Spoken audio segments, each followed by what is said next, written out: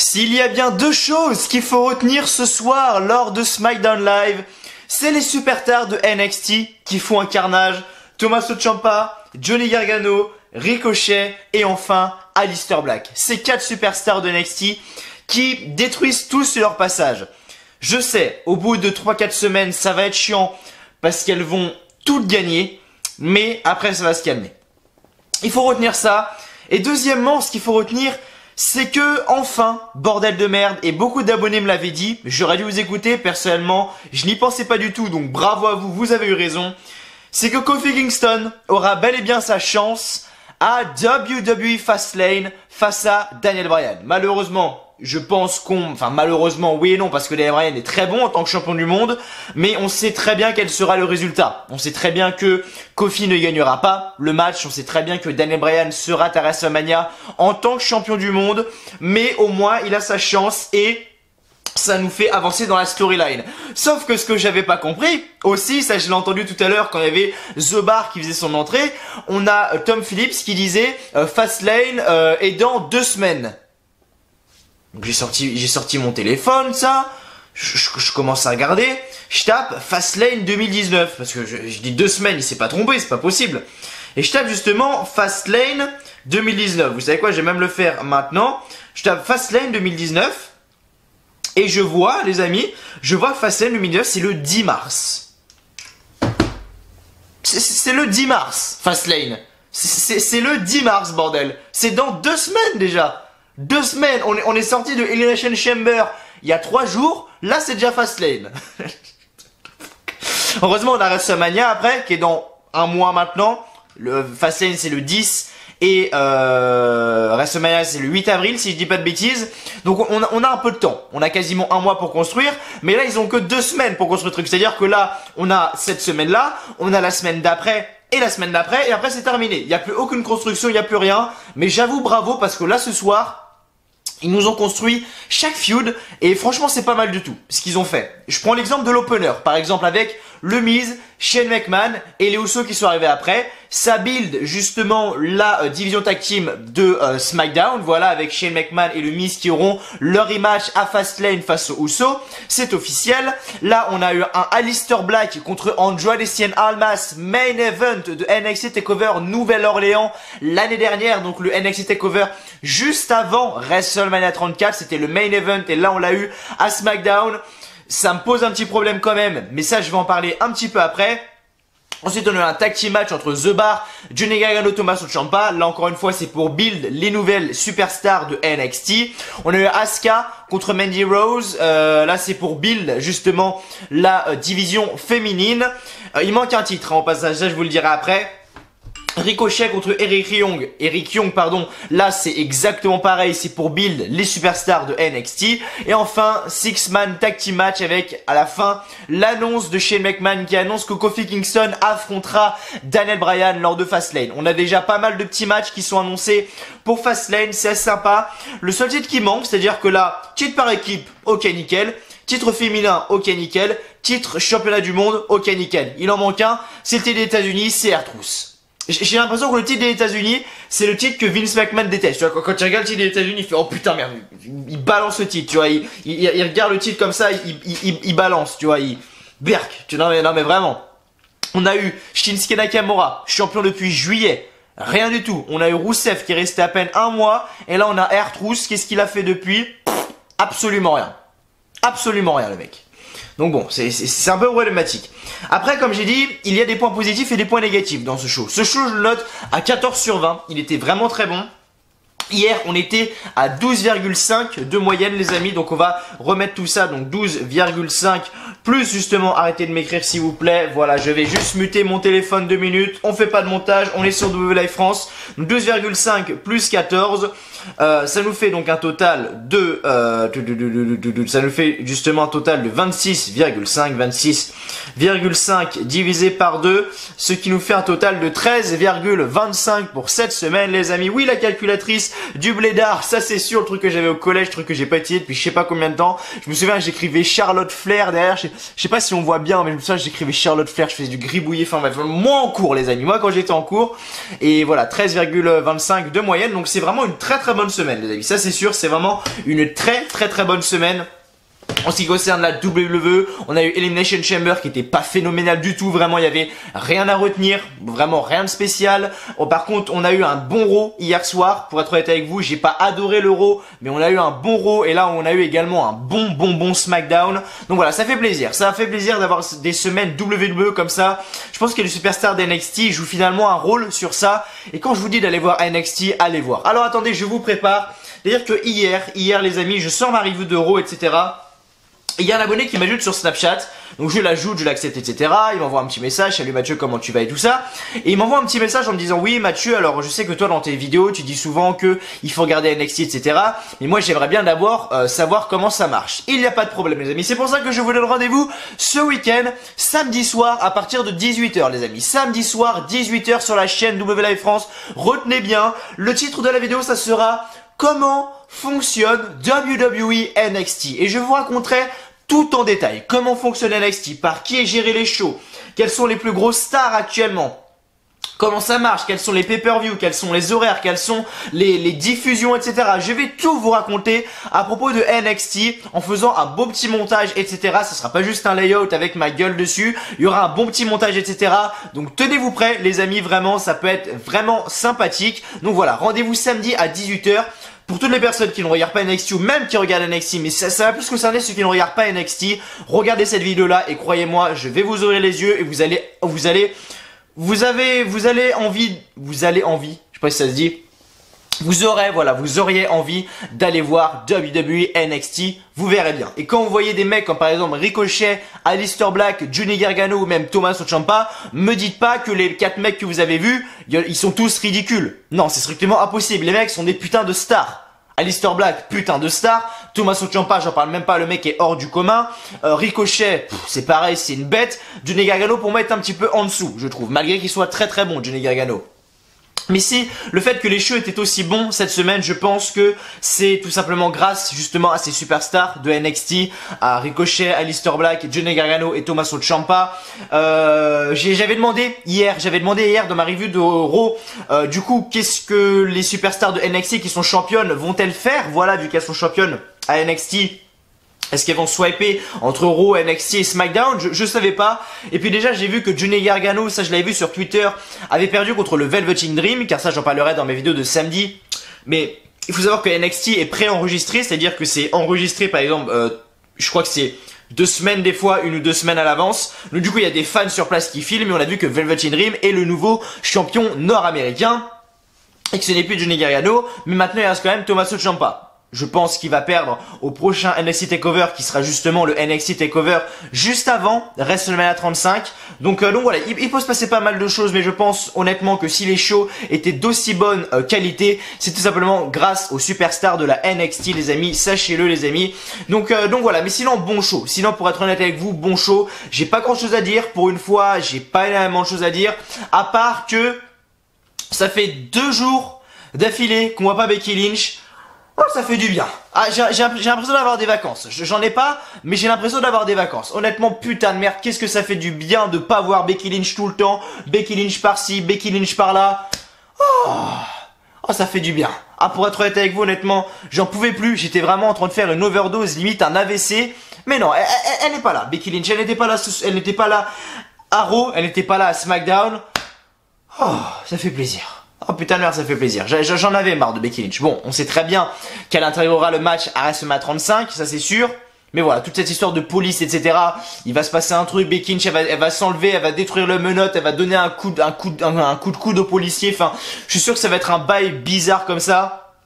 Mais voilà, sinon les storylines continuent. Et voilà, allez voir SmackDown. Allez voir ce SmackDown, c'est vraiment dans la continuité. J'ai pas grand chose à dire, à part que les storylines se mettent en place. J'ai pas énormément de choses à dire, à part peut-être sur le match Aleister Black contre Andrade. Voilà, Andrade Cien Almas, qui qui était le main event de NXT TakeOver Nouvelle-Orléans, et ils le mettent là en weekly à SmackDown. Alors c'est une bonne chose et c'est une mauvaise chose parce que c'est un dream match, un match qu'on pourrait voir limite dans le main event de WrestleMania. Sérieusement, ce match-là, Aleister Black contre Andrade Cien Almas, c'est clairement un match qu'on pourrait voir dans un main event de WrestleMania, croyez-le. Mais non, ils nous le mettent en weekly, mais c'est également une bonne chose, c'est que les fans se disent, putain, eux ils viennent d'NXT, je regardais pas NXT, il faut que je regarde, ça a l'air d'être intéressant. Donc, c'est du donnant-donnant, en fait, c'est vraiment assez équilibré, on va dire, les amis. Mais voilà, vraiment rien de spécial. J'ai vraiment pas, d'habitude, j'ai vraiment énormément de choses à dire à propos de SmackDown, mais là, c'est vrai que j'ai pas grand chose à dire, hein. Vraiment, je suis bouche bée. Voilà, il se passe pas mal de choses. Je suis bouche bée, j'ai pas énormément de choses à dire. Ce qui me fait chier quand même un tout petit peu, c'est que ce soir on a Ricochet contre Eric Young de Sanity. Eric Young qu'on n'avait pas vu depuis putain de merde au moins 2 mois. Sérieusement, le mec était pas là depuis 2 mois et ça y est, il a fait une apparition ce soir. Il s'est fait trouver le cul par Ricochet.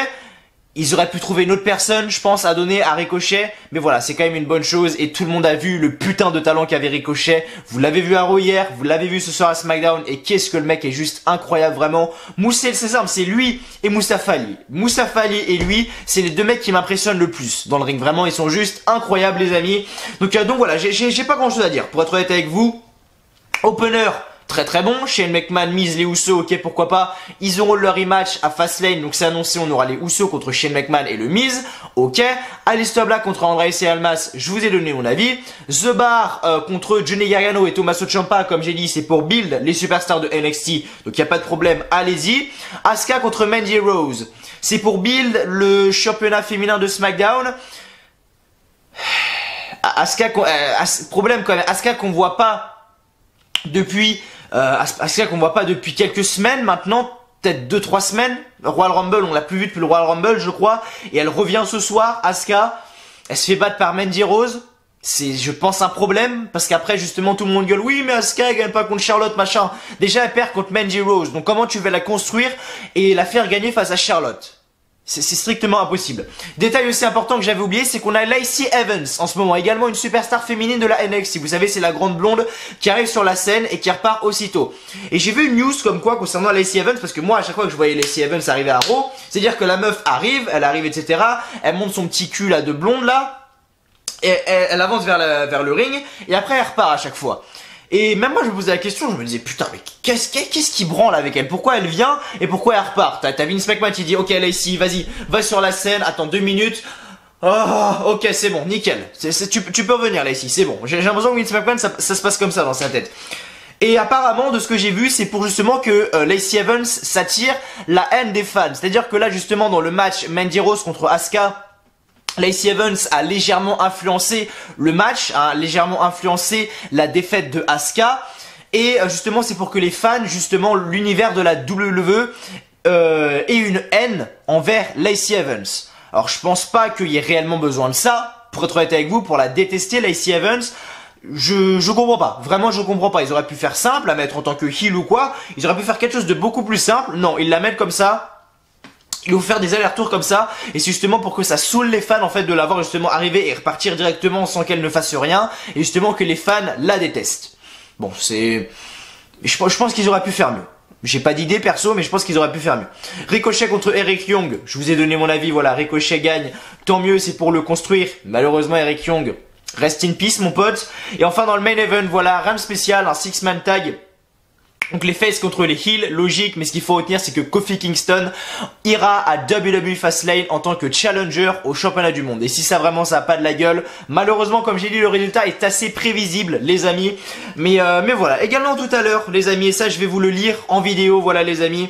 Parce que on va se quitter avec, pour tous les fans de Tye Dillinger les amis. Je parle là actuellement à tous les fans de Tye Dillinger.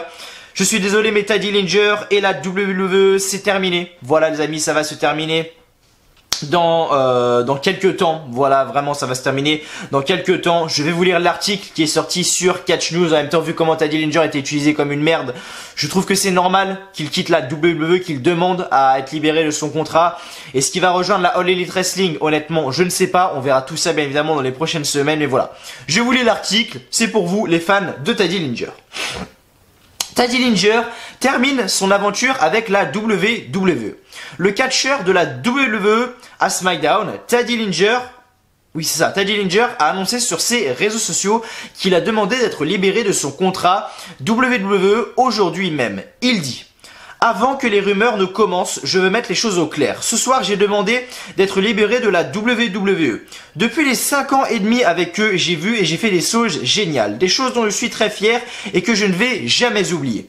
Teddy Dillinger explique plus loin dans son message qu'il a demandé de quitter la WWE afin d'avoir la chance de montrer sa vraie personnalité aux fans.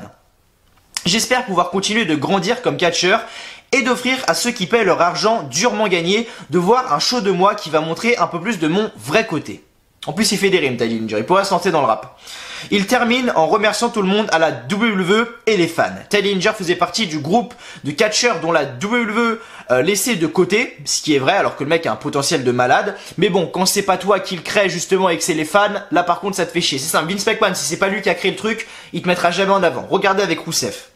Alors que pourtant à NXT il occupait une grande place sur le show. C'est vrai qu'à NXT Teddy Dillinger, je me souviens, il était hyper over, il était là quasiment chaque semaine. En janvier 2009, la WWE avait décidé de le renvoyer alors qu'il était dans la division ECW sous le nom de Spears. Puis il avait re-signé en 2013 à NXT. Pour l'instant, personne ne connaît le futur de Teddy Dillinger, mais comme il l'explique, il aimerait avoir la chance de continuer de performer tout en dévoilant sa vraie personnalité aux fans. Il faut noter que dans son message, Teddy Dillinger ne confirme pas explicitement si la WWE a oui ou non accepté de le libérer de son contrat. Nous en saurons plus bientôt. Donc voilà, Teddy Dillinger, bien à lui, je pense qu'il a fait il a eu la bonne solution. C'est simple, c'est soit tu vas voir Vince, tu lui dis c'est simple, tu me mets en avant ou je me barre. Tu veux pas me mettre en avant, ok je me casse et voilà, terminé, c'est vrai, c'est terminé. Toutes les superstars qui sont mal utilisées comme Teddy Dillinger, Tyler Breeze ou les trucs comme ça, ils vont aller à la All Elite Wrestling, je pense. Il faut pas se voiler le cul, ils vont aller à la All Elite Wrestling. Ils ont totalement raison, parce qu'il y a un très gros projet derrière la All Elite Wrestling. Donc il faut qu'ils y aillent, il faut qu'ils y aillent. Là par contre, il a demandé justement à être libéré de son contrat. Là on n'a toujours pas la réponse de la WWE de savoir si oui ou non ils vont le libérer de son contrat. C'est-à-dire que voilà, il n'a plus de contrat, il n'a plus d'argent, en gros il est au chômage. Mais je pense qu'il va se faire recruter par la All Elite Wrestling. Je le rappelle, la All Elite Wrestling, parce que beaucoup de gens me demandent en commentaire YouTube, la All Elite Wrestling, si je dis pas de conneries, débutera en mai les amis. Nous sommes en février, fin février, donc on va dire on est en mars quoi. Donc mars, avril, mai. Ça commence en gros dans 3 mois, dans 3 mois, la All Elite Wrestling. Donc les amis, tenez-vous prêts, il peut se passer vraiment pas mal de choses. Donc voilà, bref, merci à vous d'être là vraiment sur cette review de SmackDown les amis, ça me fait extrêmement plaisir d'être devant vous, devant cette caméra comme d'habitude pour vous parler de notre passion commune qui est donc la WWE. Si vous aimez ce que vous voyez les amis, n'hésitez pas à mettre un petit like, un petit pouce bleu, ça fait toujours extrêmement plaisir. Pour me soutenir, abonnez-vous également à la chaîne WLive France, on est de plus en plus proche des 10 000 abonnés les amis. Oh là là, dès que j'aurai les 10 000 abonnés, honnêtement ça sera vraiment un truc de fou. Et je tiens à faire une vidéo spéciale où vous allez pouvoir passer finalement dans cette vidéo. Donc tenez-vous prêts les amis. Donc voilà, si vous voulez qu'on atteigne les 10 000 abonnés le plus rapidement possible, vous savez ce que vous avez à faire, c'est lâcher un petit like, un petit pouce bleu, à vous abonner également, à mettre un petit commentaire en dessous de la vidéo pour me dire soit ce que vous avez pensé du show, mettre votre note pour le show. Voilà les amis, c'est vraiment super important. Donc voilà, j'ai pas plus blablater que ça les amis, voilà. Bref. Je vais pas plus blablater que ça. On va tout de suite rentrer dans la review du show. On va s'écouter la promo, voilà la toute première promo entre les Usos, le Shane et le Miz, les amis. Donc voilà, on va s'écouter ça. Et après voilà, on écoutera plus d'autres promos parce que c'était vraiment l'une des seules choses intéressantes. Bref, j'arrête le blabla. On est parti tout de suite pour les résultats de SmackDown Live. C'est parti. Donc SmackDown Live du 19 février en direct de la Nouvelle-Orléans en Louisiane. Et déjà, le public était beaucoup mieux que hier à Lafayette. À Lafayette en Louisiane également. Bonne ville de mer quand même Lafayette. C'est une ville que j'irai je pense jamais parce que déjà c'est y a plus casual que ça. Franchement, je pense que c'est compliqué. il y avait des gosses dans le public, la foule était zéro. Non, Lafayette, c'est pas, si un jour on me dit quelle est la destination que tu veux vraiment pas aux États-Unis, ah bah je dis Lafayette, ça c'est clair et net. Mais voilà, donc les commentateurs comme d'habitude, Tom Phillips, Corey Graves, Baron Saxton, et on a commencé le show avec une promo, donc on va se l'écouter entre le Miz, Shane McMahon et les Usos. Donc voilà, donc en gros Shane McMahon parle, il lui dit voilà que les superstars de NXT ont fait leur début triomphant à Raw hier soir et que du coup cette semaine ils seront encore une fois ici ce soir à SmackDown Live. Et en gros le Miz ensuite est arrivé et en gros il s'est excusé auprès de Shane McMahon car c'est un peu de sa faute quand même si ils ont perdu les titres à Elimination Chamber. Bref, c'est parti, on s'écoute la promo tout de suite. Donc là on a le Miz qui arrive, on a avec Shane McMahon qui a présenté un peu tout, et là on a le Miz.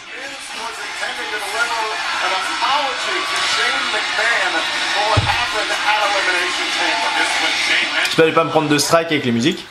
Shane, I apologize for interrupting. I couldn't wait any longer. I haven't slept in 2 days. I really have to get something off my chest. Shane, je vais vraiment m'excuser, je dors plus depuis 2 nuits. Je suis vraiment désolé. At the Elimination Chamber pay-per-view, I lost the SmackDown Tag Team titles. That, for me, is 48 sleepless hours. No matter where I go, no matter what I do, I can't shake the guilt. It's because you, Shane, you took a chance on me being your partner. Tu m'as donné une chance pour être ton partenaire. Trust me, I know my reputation around here. So I know why you were hesitant, but you still took that risk. And you did it because T'as pris le risque de te mettre avec moi. J'apprécie. You know, when I fell injured at the Best of the World tournament, you selflessly stepped in and won the Best of the World tournament. And then when I wanted to be a tag team, you revealed that it was your dream to be tag team champions. And I've always prided myself whenever I win a championship, I do whatever it takes to make it the most prestigious and relevant title in all the WWE. D'habitude j'arrive toujours à traduire les promos et le Miz est tellement excellent que c'est pas que j'ai du mal, mais je suis tellement plongé en fait dans sa promo que limite j'écoute même pas ce qu'il dit parce que le mec a un charisme incroyable. Mais il y a 2 jours, pour notre première défense de titre, on a perdu. Je suis désolé. On peut pas changer le passé, mais on peut changer le futur. Et ça c'est vrai, hein. Sachez une chose, on peut pas changer le passé mais on peut changer le futur. You're Shane McMahon. And if there is anyone that can make a rematch with the best tag team in the world and the Usos, it is you, Shane. Mais Shane, tu sais que, en gros il a dit, en gros pour vous résumer un peu le truc, il dit bon Shane, il y a que toi qui peut nous faire, parce que Shane McMahon c'est un peu le mec de la direction. Il n'y a que toi, Shane, qui peut nous faire avoir un rematch.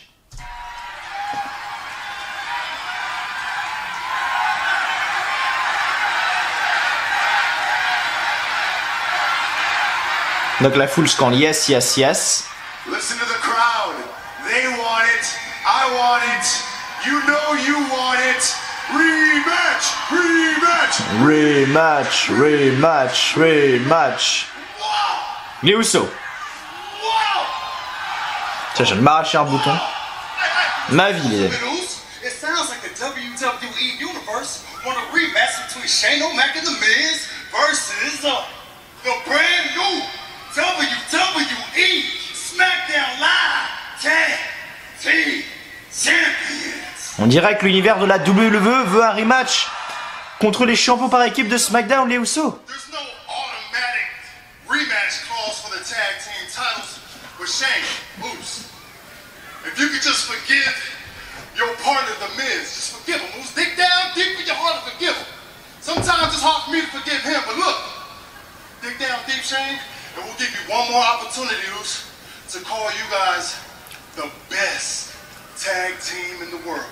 On va vous laisser une chance, les gars. Vous êtes la meilleure équipe au monde. There's only one reason why you don't want this rematch, Moose. Let's keep it real. Your boy Miz, he's a joke. Le Miz, de toute façon, c'est une blague. Hey Shane, that's what I'm saying, Oos. You need to find yourself another worthy partner. Yes, because this one ain't coming. do not disrespect my partner like that. You dig? The rematch is on. And it's Le rematch est officiel. in your hometown at Fastlane in Cleveland, Ohio. Et ça sera dans ta ville natale, à Cleveland, dans l'Ohio, le Miz.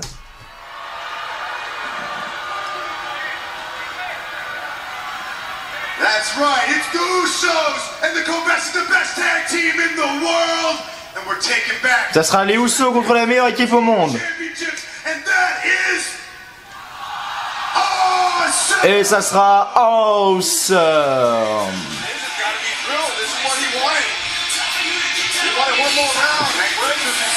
Alors les Usos sont complètement morts de rire. Mais j'ai hâte de revoir le match, pour être honnête. Obviously, the Usos feeling supremely confident after the Elimination Chamber. And to see the whole thing go I came to play. at Fastlane. Ah, j'ai vraiment envie de revoir le match parce que le match était bon en fait. Le match à Elimination Chamber, sans déconner, je m'attendais vraiment à pire et en fait il y a une bonne alchimie entre les Usos et le Miz et Shane McMahon. Les promos sont très bonnes également, donc j'ai envie de voir et voilà. Donc le Miz dit que ils vont reprendre les titres par équipe et c'est awesome. Donc on verra tout ça, bien évidemment. Ensuite on a eu un match simple entre Aleister Black contre Andrade, accompagné de Zelina Vega. Victoire de Aleister Black avec un Black Mass. Je vous ai donné mon avis déjà sur le fait que c'est un mal pour un bien que le match soit là. C'est un mal parce que ça peut être facile un main event de WrestleMania, mais c'est également un bien pour montrer que les superstars de NXT ne sont pas des merdes comme elles sont montrées au main roster.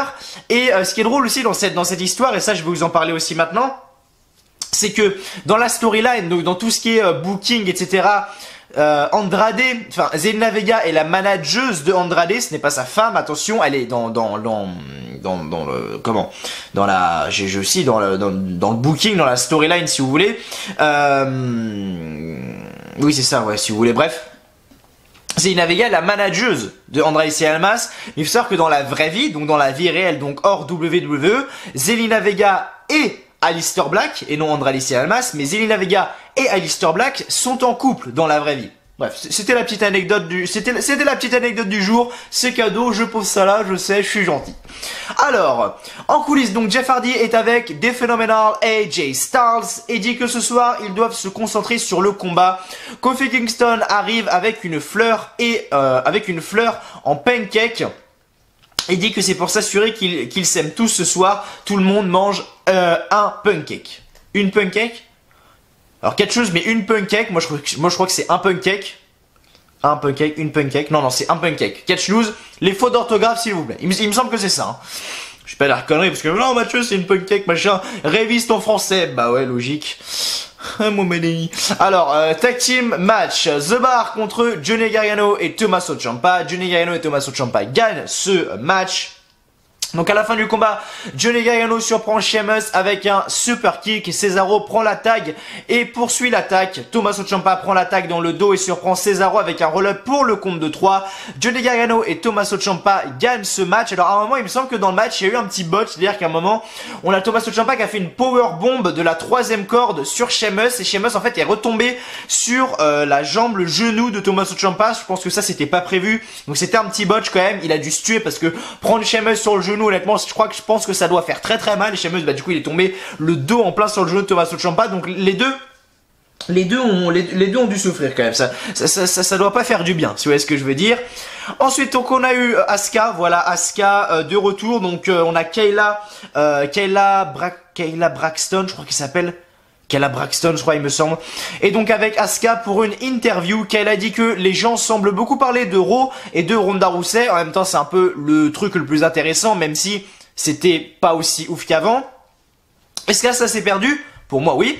Asuka dit qu'elle est prête pour de nouveaux challenges. Elle a battu Becky Lynch et Charlotte à TLC. Elle a fait taper Becky Lynch au Royal Rumble. Elle ne veut pas parler de Becky Lynch et Charlotte. Elle veut savoir qui est prête pour Asuka maintenant. Mandy Rose et Sonya Deville arrivent, ce qui nous donne lieu à un match entre Asuka contre Mandy Rose. Donc pendant le combat, donc on a Lacey Evans qui donc arrive et marche sur la scène pour ensuite retourner en coulisses. Comme je vous l'ai dit, c'est pour que les fans en aient marre et justement commencent à huer et à détester la petite Lacey Evans. Donc à la fin du combat, donc Asuka porte un coup de pied à Asuka porte un coup de pied à Mandy Rose. Mandy Rose commence à hurler de douleur. En gros, elle dit voilà, en gros Asuka lui fait un espèce de coup de genou en plein air. Et en fait Mandy Rose a dit désolé, non, faites pause sur le match, etc. Elle avait hyper mal à l'œil. Sauf qu'en fait, elle en a profité pour faire un roll-up pour gagner ce match. Donc voilà, Mandy Rose gagne ce match. Comme j'ai dit, moi je veux voir Sonya Deville contre Asuka. J'aurais bien aimé voir par exemple à WrestleMania 35 un Sonya Deville contre Asuka, parce que pour moi, Sonya Deville, certes elle a pas été montrée hyper puissante, mais je pense que c'est l'une des catcheuses actuellement les plus crédibles pour battre Asuka. Ensuite on a eu un segment avec Charlotte Flair. On parle de Charlotte, donc petite pause boisson. On se met à genoux devant la reine, je le rappelle. Donc, en coulisses, Charlotte dit que Becky Lynch est un fantôme. Elle est suspendue. Ah, c'était pas un fantôme il y a 2 semaines. Comme toujours, Becky se présente quand il ne le faut pas et elle empire sa blessure. Si Becky Lynch revient, elle sera arrêtée par la police. Qu'on le veut ou non, c'est Charlotte contre Ronda Rousey à WrestleMania, le main event, car elle est dans le combat. En coulisses, le Miz remercie Shane McMahon pour encore lui faire confiance. Ils vont retrouver leur titre. Il a une breaking news pour Shane. Son père, Mr. Miz, sera en ringside pour Fastlane. Voilà, le père du Miz qui avait été un petit peu mis dans la storyline juste avant Elimination Chamber. Et le mec a du flow, vraiment, le père du Miz a du flow.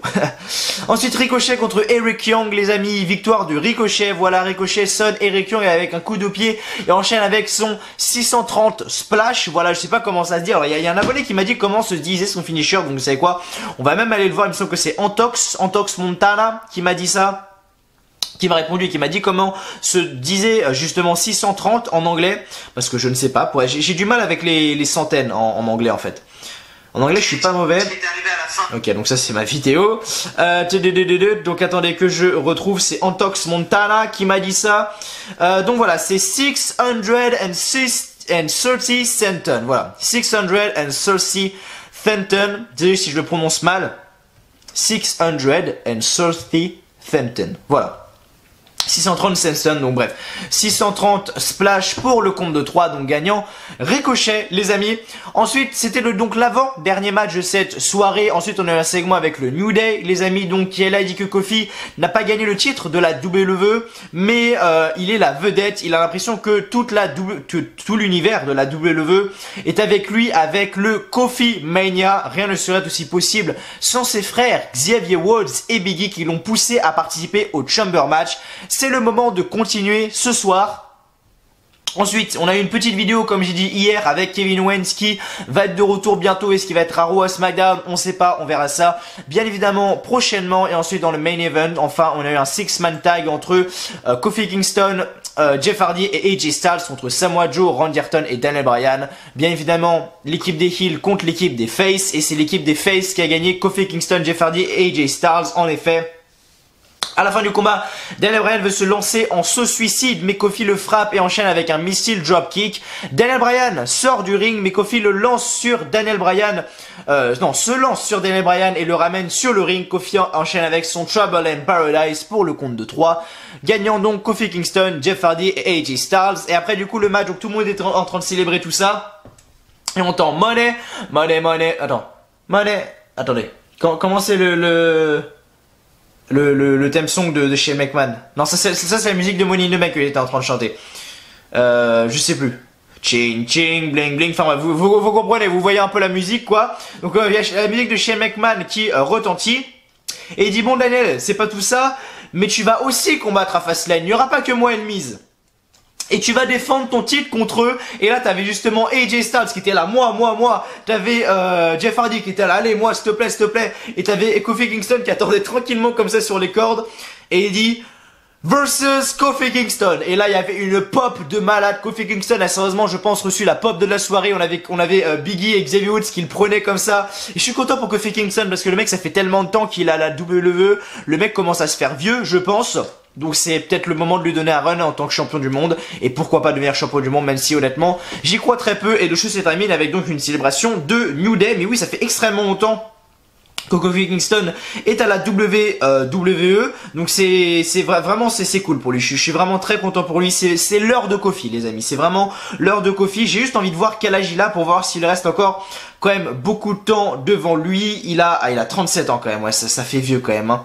Il a 37 ans, Kofi Kingston. Il est ghanéen, Kofi Kingston. Voilà, c'est ça. Donc j'ai son Wikipédia en face de moi. Donc voilà, oui d'accord, c'est ça. Donc il a 37 ans quand même. Donc oui, ça commence à se faire vieux. Faudrait lui donner un run, même si c'est pas très long. C'est déjà un run, c'est déjà pas mal pour terminer sa magnifique carrière à la WWE. Bref, je trouve qu'on a bien parlé quand même pour une review où je n'avais pas énormément de choses à dire. Les amis, j'espère que la review en tout cas vous aura plu. Si c'est le cas comme d'habitude, comme j'ai dit, le petit like, le petit pouce bleu, ça fait toujours extrêmement plaisir. Abonnez-vous également à la chaîne WLive France si vous ne l'avez toujours pas fait. Et mettez un petit commentaire en dessous de la vidéo pour me dire ce que vous avez pensé de la vidéo, ce que vous avez pensé du show. Notez le show également et me dire si vous trouvez que j'ai des choses à améliorer. Vous savez, je regarde tous vos commentaires, ça m'intéresse vraiment et j'y réponds vraiment un maximum. N'hésitez pas également à me suivre sur les réseaux sociaux, Twitter, Snapchat ou même Instagram les amis, c'est super important. Bref, merci à vous d'avoir regardé. Et donc moi je suis simplement à samedi 18h, rendez-vous samedi 18h sur la chaîne WLive France pour la vidéo. Je sais pas comment je vais l'appeler, mais en gros voilà. Je vais vous expliquer de A à Z comment fonctionne NXT et vous allez voir, vous allez je pense kiffer car NXT c'est vraiment un show de malade. D'ici là, portez-vous bien et donc moi je vous simplement à samedi 18h. Prenez soin de vous, allez, ciao bye bye et encore une fois merci à vous, je vous aime, vous le savez très bien.